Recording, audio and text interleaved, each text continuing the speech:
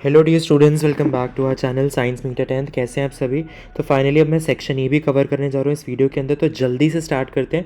लेकिन उससे पहले अगर आपको और बाकी सॉल्यूशंस चाहिए, बाकी सारे जो सेट्स हैं आपके पेपर कोड्स, तो फटाफट से चैनल को सब्सक्राइब करना बिल्कुल भी मत भूलना एंड वीडियो को लाइक और शेयर ज़रूर करना। तो स्टार्ट करते 37th क्वेश्चन के साथ। 3 सैंपल लिए आपने मैग्नीशियम, एल्यूमिनियम, आयरन, ठीक है। इनको रब किया सैंड पेपर से ताकि वो रिएक्टिव बन जाएँ, और उसके बाद उन्हें डाइल्यूट हाइड्रोक्लोरिक एसिड के अंदर डाला, थर्मोमीटर डाला ताकि टेम्परेचर चेक कर सकें। अब हमें बताना rate of formation of bubbles देखा गया, और फिर बाद में ये same activity dilute nitric acid के साथ भी रिपीट करी गई। तो हमें बताना है when activity was done with dilute hydrochloric acid, then in which one of the test tubes was the rate of formation of bubbles the fastest and the thermometer showed the highest temperature. तो यार ये तो reactivity series का question है। Magnesium, aluminium, iron में सबसे ज़्यादा reactive कौन है? मैग्नीशियम। तो definitely magnesium is the right answer, because sodium, potassium, calcium, magnesium, aluminium, zinc, iron, lead, hydrogen, copper, ये सब याद होना चाहिए। Next, which metal did not react with dilute hydrochloric acid. यार ऐसा तो है ही नहीं, डाइल्यूट हाइड्रोक्लोरिक एसिड के साथ तीनों मेटल्स रिएक्ट करेंगे। ऐसा कोई भी मेटल नहीं है जो कि डाइल्यूट हाइड्रोक्लोरिक एसिड के साथ नहीं रिएक्ट करेगा। कॉपर होता तो वो नहीं करता, because copper is less reactive than hydrogen, ठीक है। बट ये तो करेंगे। तो इसमें आप लिखोगे there is no such metal. C part का फर्स्ट कह रहे हैं why is hydrogen gas not evolve when a metal reacts with dilute nitric acid. तो आंसर क्या आप लिखोगे इसका कि ये जो नाइट्रिक एसिड होता है, it is a strong oxidizing agent.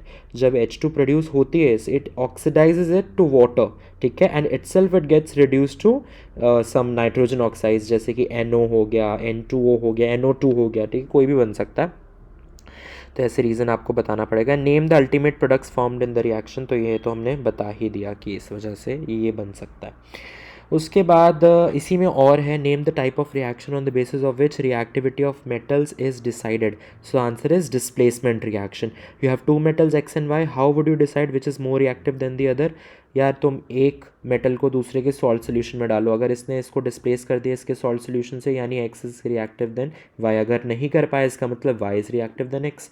Simple as that. Next, kidneys are vital organs, okay, kidney पे बेस्ड है। Name the artery that brings oxygenated blood to the kidney, the answer is renal artery. Name the cluster, the thin-walled blood capillaries present in the Bowman's capsule. The answer is glomerulus. In human excretory system, name the organ which stores urine. The answer is urinary bladder. Is this organ under hormonal control or nervous control? ये muscular bag है, तो it is under nervous control.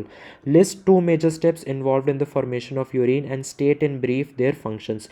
तो पहला तो आप क्या बोल दोगे? selective reabsorption होता है along the tubular part, जिसके अंदर कुछ इंपॉर्टेंट चीज़ें अब्जॉर्ब होती हैं, वो लिख सकते हो। फिर आप ग्लोमरुलस के बारे में बता सकते हो कि कैसे जो नाइट्रोजनस वेस्ट है, जैसे यूरिया या ये सब, तो यूरिक एसिड, तो ये सब रिमूव हो जाते हैं और फिर यूरिन फिल्टर्ड यूरिन हो जाता है। तो आप ये सब कुछ भी करके ऐसे आप मेजर स्टेप्स बता सकते हो, रीअब्जॉर्प्शन बता सकते हो, and removal of nitrogenous waste. तो ऐसे करके आप सब हेडिंग्स के साथ अपना आंसर दे सकते हो। Next, in which part of the nephron does selective reabsorption take place? Tubular part. और list the factors which determine the amount of water reabsorb depends upon. तो इसके अंदर हमारे दो फैक्टर्स होंगे कि कितना एक्सेस पानी है बॉडी के अंदर और कितना डिजॉल्व वेस्ट है जो कि एक्सक्रीट होना चाहिए। तो ये दो आपको लिखना पड़ेगा, ठीक है। उसके बाद, और हाँ, जब आप जो सिलेक्टिव रीअब्जॉर्प्शन में इस वाले क्वेश्चन में आपको सब्सटेंसेस बताने था, वो बता सकते हो, जैसे glucose, amino acid, salts and a major amount of water. तो ये सब चीज़ें आपको बतानी पड़ेगी, ठीक है। उसके बाद सर्किट को वाले क्वेश्चन पे आ जाते हैं हम। Find the value of total resistance between A and B.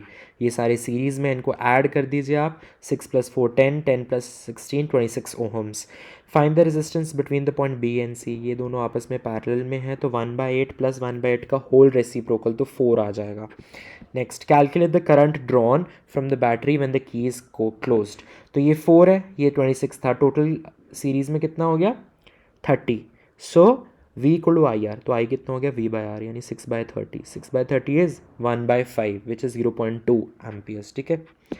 Okay, in the above circuit the 16 ohm resistor or the parallel combination of two resistors of 8 ohm, which one of the two will have more potential difference? देखिए Ohm's law, V equal to I R, ठीक है, जिसका resistance ज़्यादा वो ज़्यादा draw करेगा ना। अब 16 ओहम ज़्यादा है, इन दोनों का इफेक्टिव क्या था? 4 और 16 इज मोर, राइट।